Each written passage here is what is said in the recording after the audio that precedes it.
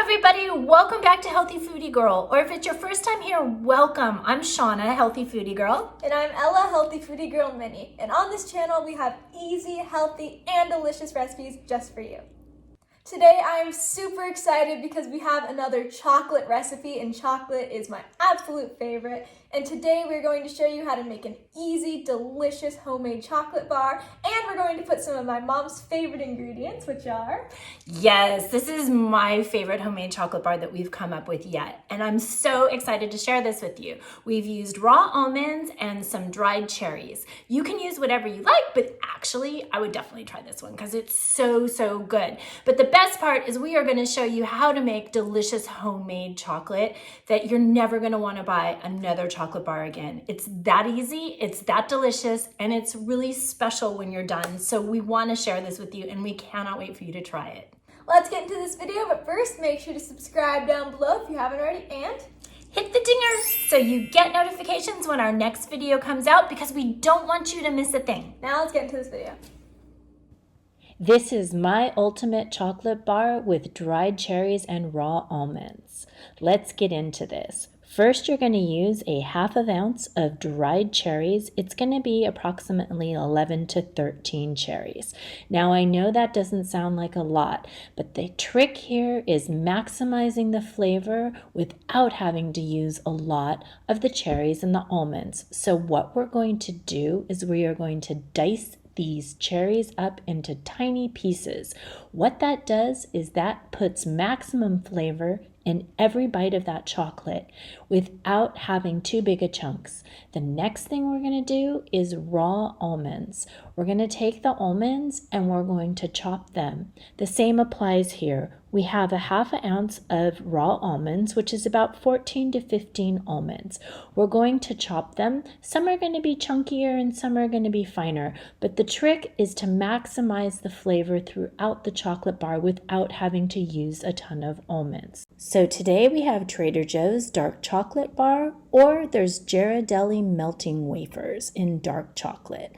These melting wafers, I wanted to point out, are really great because they're microwavable. All chocolates are, but these are specifically made to do in the microwave or the double boiler. These work great. Today I'm going to use the Trader Joe's dark chocolate. It's a great chocolate for melting, and I'm going to use it on the double boiler. We're going to show you how to do that. The trick with the chocolate is you really just need any high quality chocolate. So as long as you have a high quality chocolate, this is going to work great for you. Go ahead and get your knife and chop the chocolate into smaller pieces. This is going to help with making the chocolate melt evenly and quickly. Go ahead and get a nice fine consistency as you can see here. Next, you're going to take your saucepan and add 1 to 2 inches of water. Bring it to a boil and turn down the heat. You're going to use a heat-resistant bowl to put on top. That is how we're going to melt our chocolate. Go ahead and take your chocolate and put it into the double boiler. I want you to be mindful though, you cannot get any water into this chocolate. It will ruin the chocolate. Also, chocolate can burn quickly, so make sure to continually stir it the whole time you have it on top of the boiling water. Make sure that you continue to constantly stir it and melt the chocolate. You're also going to want to take it off before the chocolate is completely stirred. That way you have a less chance of burning the chocolate.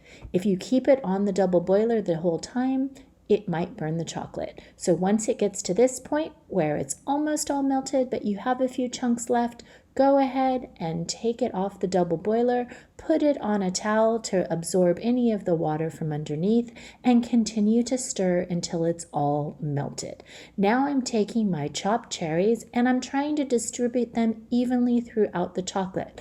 Like I said, maximum flavor all through the chocolate. And now I'm doing that and taking my almonds and doing the same thing. I'm not going to plop them all in one place. I'm going to take the almonds and put them evenly throughout the chocolate so that you get a bite of cherry and chocolate in every bite of this chocolate bar. After you have that in, go ahead and combine all of the ingredients to make sure that they're covered with chocolate completely. Go ahead and continue to stir. Then you're going to take your sheet pan and your parchment paper and put the chocolate onto the sheet pan with the parchment paper. After you get all of that chocolate goodness out, take your spatula and spread out the chocolate on the parchment paper. This is going to be great.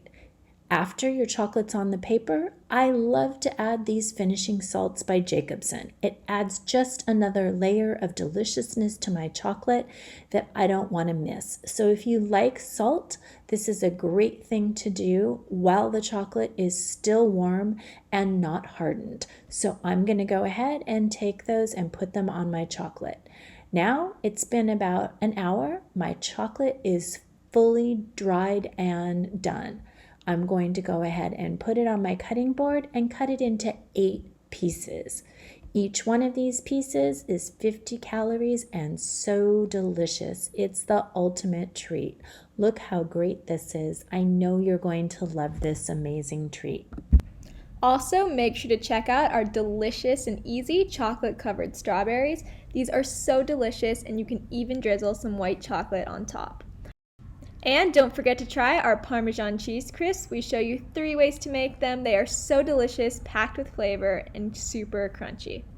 We hope you enjoyed this recipe, and if you did, make sure to give this video a thumbs up, and don't forget to come and visit us at healthyfoodiegirl.com. We'd love for you to join us over there. All of the recipe information is there, and you can print the recipes. That's right.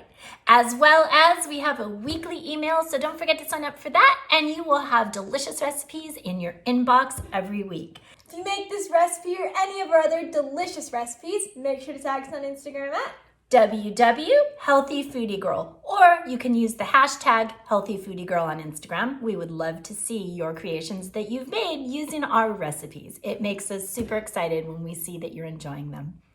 Thanks so much for watching. Keep